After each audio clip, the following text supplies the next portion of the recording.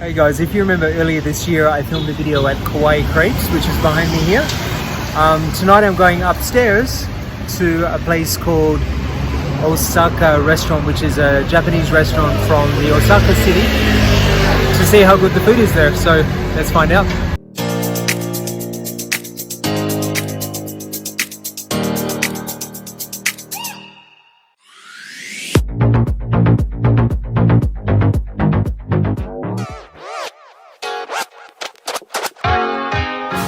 In this video I'm taking you to try a very unique Japanese restaurant in the heart of the El Poblado neighborhood here in Medellin, Colombia.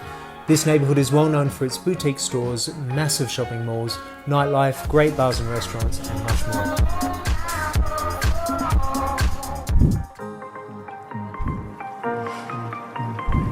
Japanese food has been growing in popularity in Colombia over the last decade, and now it's easy to find sushi in most cities.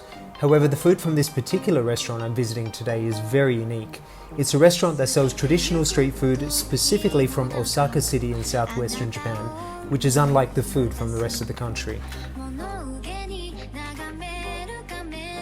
This restaurant has been styled to authentically look like izakayas, which are casual dining restaurants and bars, which are very common throughout Japan.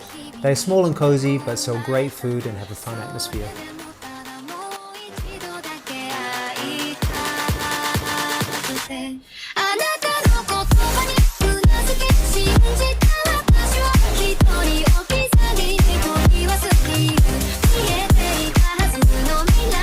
From 2009 to 2011, I was lucky enough to live and work in Japan, and I spent almost a full year living in Osaka City, which is where I first discovered some of the amazing food that I'm about to show you, that you can find here in this restaurant on the other side of the world from Osaka.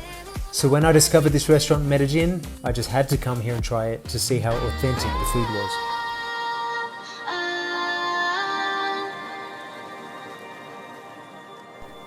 Here you can see the staff preparing a very popular snack called takoyaki, which are octopus balls made of batter and vegetables, with the main ingredient being octopus. Unfortunately for me, this restaurant also sells vegetarian versions of their most popular dishes with tofu and other ingredients.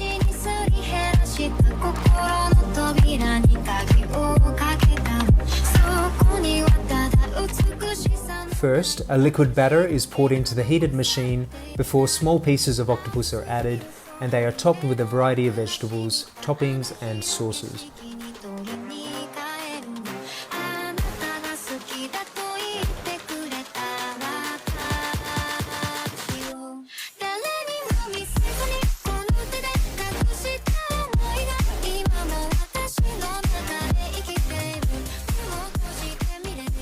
After around 10 minutes of cooking, the chef rotates the takoyaki so that they cook evenly on all sides. This happens several times throughout the cooking process until the balls are crispy and golden brown and cooked all the way through.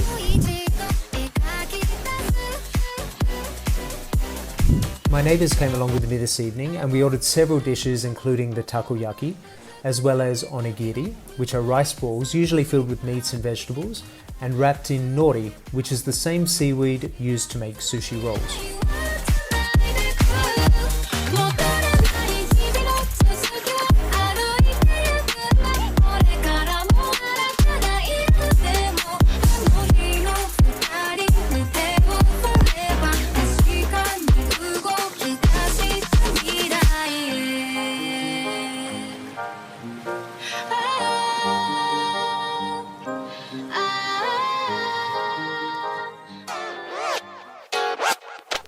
And for myself, I ordered another classic Osaka dish made in a vegetarian version called okonomiyaki, which is kind of compared to a savory pancake made with cabbage and vegetables and a variety of toppings and sauces. It's a very tasting and filling meal.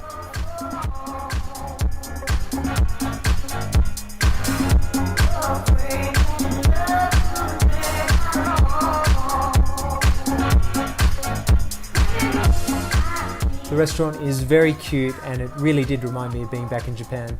The staff was super friendly and some of them even spoke English, so I really recommend that you come along and try out this little piece of Osaka in Medellin City. I'm sure you'll love the food and the experience.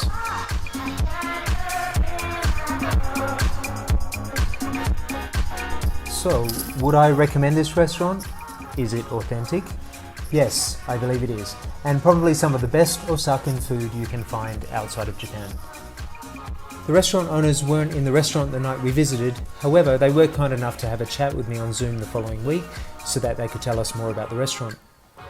Check out Osaka Restaurant's Instagram by clicking the link in the description box below this video. Juan Camilo, Diana Marcelo, okay. So, Juan Camilo y Diana Marcelo, muchas gracias por su tiempo.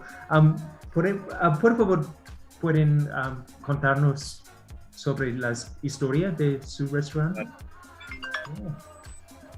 Primero, nosotros amamos la cultura japonesa, nuestra familia ama Japón, entonces hicimos un viaje familiar porque mi esposo pues hizo unos estudios que complementó pues en Japón y nos quedamos una temporada viviendo en Japón con mi hija, mi esposo y yo. Wow. Yo me dediqué pues, a estudiar con una familia japonesa todo lo que es como la gastronomía, pero la gastronomía no gourmet, sino la gastronomía callejera, que es pues como lo que nos gusta, porque nos parece como más cercana a la gente, como que tiene que ver mucho con Japón, entonces decidimos como meternos por ese lado de la gastronomía callejera. Y por eso decidimos pues como montar Osaka acá en Medellín, porque vimos que acá solamente había restaurantes que no está mal, muy ricos, de ramen, de sushi, pero nada más. Y la gastronomía japonesa es muy amplia y queríamos como tener como esa cercanía con la gente, acercarlos un poquito a la cultura y no como en la parte gourmet ni pretenciosa, sino en la parte relajada, en la parte de calle. Entonces por eso quisimos como montar Osaka. Wow, no. How did you design the restaurant? How did you do this? Like, because it's very authentic, you know, muy auténtico, ¿eh? Yeah. Me imagino que estuviste en Osaka, conoces Dotonbori, la calle Dotonbori. Sí. Ok, en Dotonbori nosotros hicimos el restaurante inspirado en una calle, en un local, en un restaurante de los de Dotonbori, que son restaurantes al aire libre, donde uno ve cómo se hace el takoyaki, iluminados, cercanos, cero pretenciosos. Son lugares por lo general Relajados, pequeños, pero de un ambiente muy bacano, muy cercano, ¿cierto? Y todo lo que ves, todo el mobiliario lo trajimos de Japón, o sea, todo lo compramos allá mismo en Dotonbori. O sea, todas el chochimpe, sí, como las lamparitas. las lámparas pues tradicionales japonesas, la tira del takoyaki, la tira del okonomiyaki, como todos los elementos que ves en el restaurante los trajimos obviamente de allá en ese viaje, pues en esa inmersión que hicimos. Entonces estuvimos en Osaka ciudad como un mes. Nos hospedamos con una familia que es como nuestra familia allá en Tanova y la inmersión gastronómica se hizo desde las casas, desde la gente, ¿cierto? Entonces por eso nuestra propuesta es cero gourmet, no nos interesa nada pretencioso, nos interesa es una propuesta cercana a la gente. Entonces, de hecho, si ves los precios no son muy costosos, para la zona no son muy costosos, porque lo que queremos es traer esa propuesta justamente. ¿Cuál es su plan para el futuro? ¿Quieren abrir más restaurantes o cuál es el plan? El primer plan es nosotros, obviamente cuando el COVID y las restricciones lo permitan, volver a Japón con un japonés más fuerte, porque en la primera inmersión hay muchas cosas que se pierden en la traducción, ¿cierto? Entonces había que traducir del japonés al inglés, del inglés al español. Entonces se pierden en la traducción muchos elementos propios, entonces por eso estamos con Marce potenciando ese japonés para volver y agarrar mucho más elementos. Pero en términos ya de negocio, queremos abrir un segundo Osaka. Nos han pedido mucho que abramos el tipo de concepto de nuestro restaurante en Cali, en Bogotá. Entonces estamos explorando esa posibilidad. Y segundo, quisiéramos tener también un espacio en Provenza, que es una calle que queda ahí cerca en el poblado, arribita de donde estamos nosotros. Y ahí quisiéramos tener un concepto de comida asiática, ya no necesariamente Osaka como restaurante, pero sí un Osaka 2.0, una evolución del concepto de comida asiática, callejera o tradicional, ¿cierto? Pero entonces asiática, entonces abarca todo lo que es, por ejemplo, puede ser Hong Kong. Ya no solo Japón. No solo Japón. Tailandia, exacto. Entonces queremos hacer antes de eso, obviamente, la inmersión, la misma que hicimos en Japón, conocer. Nosotros pues conocemos algunos de esos países, pero a manera de turismo, no la inmersión como la hicimos en Japón. Pero antes de sí queremos hacer una inmersión en la comida tailandesa, de la India, la comida china también, hablando de Hong Kong. la coreana, pero tantos elementos sin perder el concepto de la comida callejera o la comida rápida o tradicional de calle. Ese va a ser siempre nuestra línea. Thank you so much, guys. I really appreciate it. Thank you for taking the time today. Arigato gozaimasu. Arigato gozaimasu. Muchas gracias. Esperamos de vuelta en el restaurante, listo. Yes, I'll be back. Thank you again. Chao. Take care. Bye-bye. Ciao. Thank you for watching this video right until the end. I have plenty more videos about this beautiful city Medellin and Colombia coming up very, very soon.